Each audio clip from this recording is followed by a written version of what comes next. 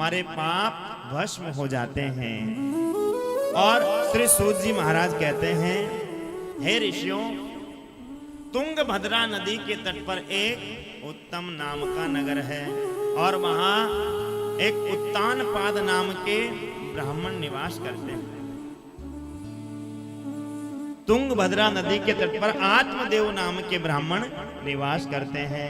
आत्मदेव ब्राह्मण बड़े ही विद्वान हैं, शास्त्रों के ज्ञाता हैं और भगवान की भक्ति में निरंतर लगे रहते हैं। और इनका जीवन यापन भगवान की भक्ति से, सत्संग से, कथा कीर्तन अनुष्ठान से ही चल रहा है। और इनका स्वभाव बड़ा सरल और बड़ा सहज है। लेकिन जैसा पंडित जी का स्वभाव है, बिल्कुल उनका ठीक विपरीत उनकी धर्म पत्नी का स्वभाव है। लोक वार्ता रता क्रूरा प्रायसो बहुजल्पिका सूरा च ग्रह कृत्येषु कृपणा कलह प्रिया। ध्यान दीजिए, लोक वार्ता रता क्रूरा, महाराज ज्यादा बड़बड़ करने वाली और बिना बात ही कुछ भी किसी को बोल देने वाली, ऐसा स्वभाव है। और नाम क्या है? धुंधली देवी नाम है, धुंधली। और कार्य क्या है कि जब तक 2-4 पड़ोसियों से लाठी चार्ज नहीं हो जाए, जब तक किसी के महाराज पत्थर के उठाकर नहीं मार दे, जब तक किसी की चुटियां खींचकर ना आ जाए, तब तक इसका भोजन नहीं पचता है। ऐसा इसका स्वभाव है। और पंडित जी अनुष्ठान करके जैसे घर आते हैं तो पूजा की थाली लेकर के द्वार पर खड़ी हो जाती है। ऐसा सोचती है कि सती सावित्री के बाद हमारा ही नंबर आएगा। लेकिन ध्यान दीजिए, भगवान को तन की सुंदरता पसंद नहीं, भगवान को तो मन की सुंदरता पसंद है। जो मन से सुंदर है भगवान, उसी पर कृपा करते हैं। भगवान की प्रतिज्ञा है, निर्मल मन जन सो मोहि पावा। निर्मल मन जन सो मोहि पावा। निर्मल मन जन सो मोहि पावा। निर्मल मन जन सो मोहि पावा। निर्मल मन जन सो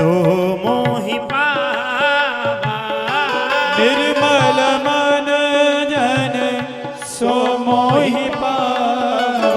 मोहि कपट छल छिद्र न भावा। मोहि कपट छल छिद्र न भावा। मोहि कपट छल छिद्र न भावा। निर्मल मन जन सो मोहि पावा और मोहि कपट छल छिद्र न भावा। भगवान कहते हैं कि जिनका अंतःकरण निर्मल है, जिनका अंतःकरण पवित्र है, वो मुझे बड़े अच्छे लगते हैं। और मुझे छल कपट बिल्कुल भी अच्छा नहीं लगता। और ये धुंधली क्या कर रही है? मन तो इसका गंदा है, लेकिन ऊपर से दिखावा यह अच्छा कर रही है। तो महाराज, आत्मदेव जी का घर बिल्कुल संपन्न है, घर में कोई कमी नहीं है। लेकिन आत्मदेव जी के घर में एक कमी रह गई, क्या? कि इनके यहाँ कोई संतान नहीं हुई, पुत्र का जन्म नहीं हुआ। एक गौ माता को पाला, 6 वर्ष हो गए, लेकिन कोई बछड़ा बछिया का जन्म नहीं हुआ। तुलसी के पौधे में रोज जल डालते हैं, लेकिन वह भी सूख जाता है। पड़ोसी आने लगे। अब महाराज, अच्छे पड़ोसी भी भगवान की कृपा से मिलते हैं, नहीं तो पड़ोसी भी महाराज बड़े खतरनाक होते हैं। सबकी यही हालत है, क्या आपकी क्या हमारी। ऊंचा चढ़ चढ़ देखो और घर घर यो ही लेको। हाँ, पड़ोसी भी अच्छे भगवान की कृपा हो तभी मिलते हैं, नहीं तो पड़ोसी तो ऐसे होते हैं कि महाराज मेरी एक आंख फूट जाए लेकिन इसके दोनों फूटनी चाहिए। सब ऐसे होते हैं। अब पड़ोसी आने लगे। पड़ोसी आकर पंडित जी से कहने लगे, हमें लगता है पंडित जी आपके पितर आपसे नाराज हैं, इसलिए आपके कोई पुत्र नहीं हुआ। आपके पूर्वज आपसे रुष्ट हो गए हैं, आपके पितरों की आपके ऊपर कृपा नहीं हुई है। पंडित जी को इतनी गिलानी हुई, इतने दुखी हुए कि पंडित जी एक दिन अपना घर छोड़ करके जंगल में चले गए और मन में संकल्प लिया कि जब तक पुत्र प्राप्ति का वरदान नहीं मिलेगा मैं घर लौट कर नहीं आऊंगा। और जंगल में जाकर एक पीपल के वृक्ष के नीचे बैठ करके जोर जोर से रोने लगे, रुदन करने लगे। भगवान की कृपा हुई, एक महात्मा वहां से गुजर रहे थे। संत ने देखा कि कोई ब्राह्मण रो रहा है, क्योंकि आत्मदेव जी के तिलक तो था ही ललाट पर। तिलक देख करके समझ गए कि कोई ब्राह्मण रो रहा है और ललाट पर भगवान का चिन्ह है, इसलिए शायद भगवत प्राप्ति के लिए ही रो रहा होगा। इसका मार्गदर्शन कर दूं चल के। मन में ऐसा विचार करके उसके पास आए और आकर महात्मा जी कहने लगे, कथम रोदिषि विप्रत्वम काते चिंता बलियसी वदत्वं सत्वरं मह्यं स्वस्य दुःखस्य कारणम्। हे ब्राह्मण, आप किस कारण से रुदन कर रहे हैं? क्या दुख है आपको? क्या समस्या सता रही है? आप अपने कष्ट का निवारण बताइए। तब आत्मदेव जी ने कहा, किम ब्रवीमीर्षे दुखम पूर्व पापेन संचितम मदीया पूर्वजास्तोयं कवोष्णमुपभुञ्जते। हे महात्मन, मैं अपने कष्ट का क्या आपको कारण बताऊं? न जाने पूर्व जन्म का ऐसा कौन सा पाप आड़े आ गया कि घर में किसी पुत्र का जन्म नहीं हुआ, संतान नहीं हुई। मैं पुत्र की कामना से यहाँ पर रुदन कर रहा हूँ। महात्मा जी ने सोचा कि हमने तो सोचा था कोई भगवत प्राप्ति के लिए रो रहा होगा, यहाँ तो मसला कुछ और ही निकला। महात्मा जी ने समझाना प्रारंभ किया, क्या पुत्र पुत्र कहकर रो रहे हो? मुंचा ज्ञानम प्रजारूपम बलिष्ठा कर्मणो गति विवेकम तु समासाध्य त्यज संसार वासना। क्या बेटा बेटा कह के रो रहे हो पंडित जी? अरे आज बेटा नहीं इसलिए रो रहे हो, पुत्र नहीं है इसलिए थोड़े दिन रोकर आप रह जाओगे, लेकिन पुत्र होकर के कुपुत्र निकल गया तो पूरा जीवन रोने में निकल जाएगा।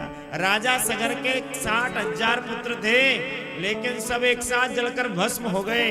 और अंग का बेटा हुआ वैन, जो इतना दुराचारी हो गया, पाप कर्म करके ही अपने प्राणों को संकट में डाल दिया, पूरे खानदान का नाम खराब कर दिया। इसने क्या बेटा बेटा कह रहे हो? अरे इससे तो अच्छा है कि आप भगवान को अपना पुत्र मान लो।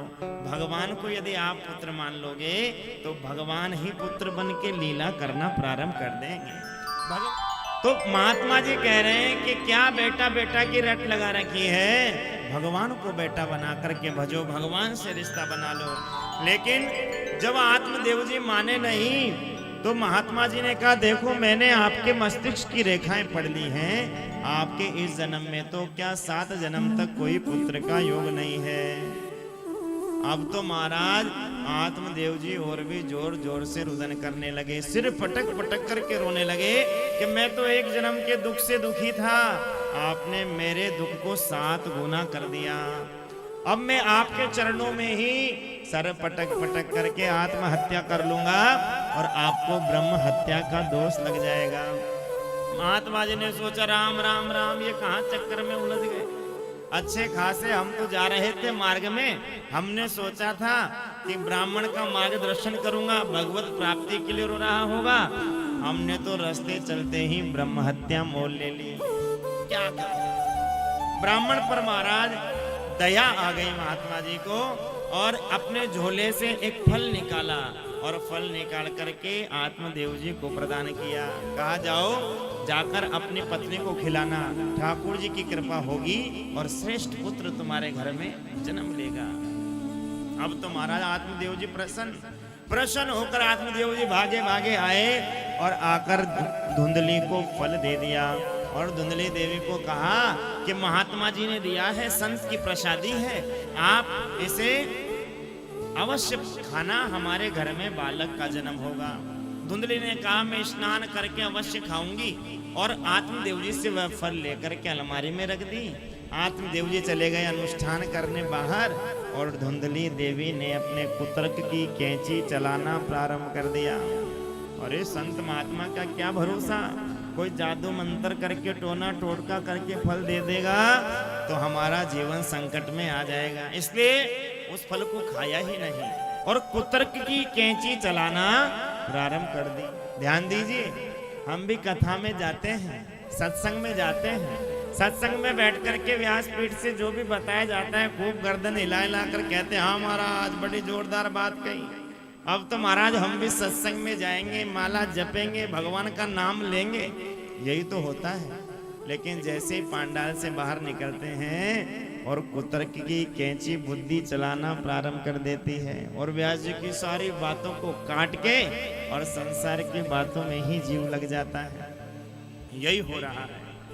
धुंधली देवी ने अपनी बुद्धि से ही कुतर्क की कैंची चलाना प्रारंभ किया। पड़ोसन आई, पड़ोसन से कहा बहन ये कोई महात्मा ने प्रसाद दिया है और पंडित जी कह रहे हैं कि हमारे यहाँ संतान होगी, पुत्र हो जाएगा। पड़ोसन ने कहा इससे अच्छी क्या बात होगी, तुम्हारे कोई पुत्र है नहीं, पुत्र हो जाएगा, पुत्र का सुख मिल जाएगा संत की कृपा से, खा लो प्रसाद है महात्मा जी का। अरे बहन तू जानती नहीं, कोई संत यदि टोना टोटका करके दे दे तो हमारा जीवन संकट में आ जाए, और गर्भवती स्त्री को कितने कष्ट उठाने पड़ते हैं बहन तू जानती नहीं है। गर्भवती स्त्री का खाना पीना कम हो जाता है, फिर वो ठीक से खा नहीं पाती, घर का काम भी नहीं कर पाती।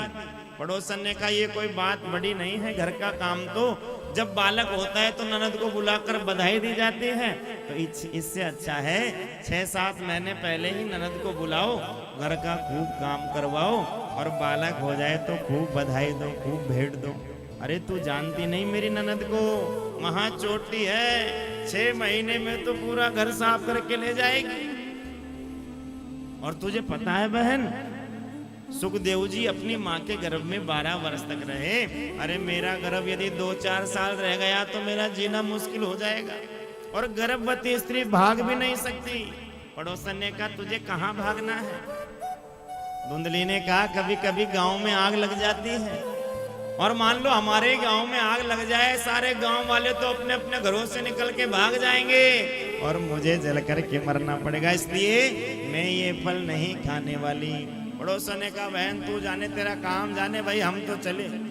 पड़ोसन तो चली गई और उसकी बहन आ गई, और बहन को देखती है धुंधली देवी ने कहा बहन आज तो तू खूब आई, मैं बड़ी समस्या में फंसी हूँ। सारा वृत्तांत बताया कि पंडित जी फल लाए हैं लेकिन मैं इस फल को नहीं खाना चाहती हूँ। बहन कहने लगी कि देख बहन ये साधु संतों का कोई भरोसा नहीं, कोई तंत्र मंत्र करके फल खिला दे, कोई वशीकरण कर ले, कोई बस में कर ले, इसलिए तू इस फल को मत खा। तुझे पुत्र चाहिए ना, मेरे जो पुत्र होगा मैं तुझे ला कर दे दूंगी, उसके बदले तू मुझे कुछ धन दे देना, मैं अपने पति को प्रसन्न कर दूंगी। धुंधली ने कहा रे वाह बहन हो तो तेरी जैसी, मेरी सारी समस्या का ही निवारण कर दिया। और महाराज धुंधली देवी गर्भवती स्त्री का नाटक करने लगी, और धीरे धीरे समय व्यतीत हुआ और उस फल को गौ माता को खिलाया गया। फल की भी तो परीक्षा लेनी है, महात्मा जी ने दिया। एक काम कर बहन इस फल को, तुम्हारी गाय भी 6 वर्ष से बालक को जन्म नहीं दी, गौ माता को फल खिला दे। और महाराज गौ माता को फल खिलाया गया। समय व्यतीत हुआ, उसकी बहन के जब पुत्र हुआ रातों रात उस बालक को लाकर धुंधली को दिया गया। प्रातः काल आत्मदेव जी को बताया गया कि हमारे पुत्र का जन्म हुआ है। आत्मदेव जी खूब बधाइयां लुटा रहे हैं, उत्सव मना रहे हैं। और इधर 3 महीने बाद जिस फल को गौ माता ने खाया, उस गौ माता के गर्भ से भी एक बड़ा सुंदर बालक प्रकट हो गया। सर्वांग सुंदरम दिव्यम निर्मलम कनक प्रभम। ऐसा दिव्य बालक प्रकट हुआ गौ माता के गर्भ से कि जिसका पूरा शरीर तो मनुष्य के जैसा और कान उसके गौ माता के जैसे। भाग्योदयो धुना जात आत्मदेवस्य पश्यत देनवा बाल प्रसूतस्तु देवरूपी तु कौतुका। आज महाराज उसके जैसे कान होने के कारण उस बालक का नाम गोकर्ण हो गया। बोलो गोकर्ण जी महाराज की जय। धुंधली देवी के पुत्र का नामकरण संस्कार करने लगे तो आत्मदेव जी ने कहा मेरा नाम आत्मदेव, मेरे पुत्र का नाम परमात्मदेव रहेगा। लेकिन तभी धुंधली देवी खड़ी हो गई और कहने लगी कि 9 महीने कष्ट हमने झेला गर्भ में रखकर, और नाम अपने नाम से मिलता जुलता। मेरा नाम धुंधली तो मेरे पुत्र का नाम धुंधकारी होगा। और महाराज उस बालक का नाम धुंधकारी रखा। कियत काले न तौ जातौ तरुणो तनया बुभौ गोकर्ण पंडितो ज्ञानी धुंधकारी महाखल। समय व्यतीत हुआ, गोकर्ण जी तो बढ़िया विद्वान हुए क्योंकि संत की प्रसादी से हुए ना, तो गोकर्ण जी तो बढ़िया विद्वान ज्ञानी सदाचारी अपने माता पिता की सेवा करने वाले हुए। और धुंधकारी महाखल महानीच प्रकृति का, दुष्ट प्रकृति का पापी हुआ। गांव में छोटे छोटे बालक क्रीड़ा करते रहते, उन्हें उठाकर कुएं में पटक देता, मार देता। गौ माताओं की हत्या करने लगा, पशुओं को मारने लगा और जुआ खेलने लगा, मदिरा पान करना, मांस भक्षण, वेश्यावृत्ति, यही उसके कार्य रह गए। संसार के समस्त पाप कर्मों में वह लिप्त हो गया। धीरे धीरे आत्मदेव जी का घर नरक का अड्डा बन गया। एक दिन आत्मदेव जी धुंधकारी को डांटने लगे, अरे दुष्ट, मेरा स्वर्ग का जैसा घर था, कहीं तुलसी का बगीचा, कहीं पूजा की थाली, कहीं ठाकुर बाड़ी, और आज तेरे ऐसे क्रूर स्वभाव से मेरा घर नरक का अड्डा बन गया। आज महाराज जब आत्मदेव जी ने कहा तो लाठी लेकर आत्मदेव जी के पीछे दौड़ा और कहने लगा, पिताजी आपकी बुद्धि सटिया गई है, आप बुढ़े हो गए, एक कोने में पड़े रहो, नहीं लाठी से मारूंगा। जब बालक महाराज बड़ा हो जाए, बालक दुष्ट हो जाए, तो अपने माता पिता का इसी प्रकार अपमान करने लग जाता है। और जो बालक अपने माता पिता का अपमान कर रहा है, जो अपने माता पिता का अनादर कर रहा है, तो आप समझ जाइए कि उसके उल्टे दिन प्रारंभ हो गए हैं। क्योंकि सबसे पहले माता पिता का सम्मान ही इस जीव का कर्तव्य है, इस मानव का कर्तव्य। सबसे पहला भगवान की सेवा नहीं, सबसे पहले अपने माता पिता की सेवा है। माता पिता की सेवा यदि नहीं हुई तो भगवान की सेवा कैसे होगी? क्योंकि शास्त्र में क्या बताते हैं, मातृ देवो भव पितृ देवो भव। माता पिता देवता हैं, पूजनीय हैं, लेकिन जो माता पिता को ही देव नहीं मानेगा, वो देवों को कैसे देव मान लेगा? इसलिए सबसे पहले माता पिता का सम्मान, माता पिता की सेवा अनिवार्य है, सबको करनी चाहिए। आत्मदेव जी ने जब डांटा तो महाराज आत्मदेव जी का सामना किया, मारने के लिए आतुर हो गया। आत्मदेव जी आज महाराज एक कोने में बैठ कर के सारी रात रुदन करते रहे। एक दिन था कि मैं जंगल गया पुत्र की कामना लेकर। महात्मा जी ने मुझे बहुत समझाया था कि पुत्र यदि कुपुत्र हो गया तो पूरा जीवन रोने में बर्बाद हो जाएगा, लेकिन संत की बात मैंने मानी नहीं। आज ऐसा दुराचारी पुत्र मेरे घर में हो गया कि जिसके कारण मुझे इतना कष्ट हो रहा है।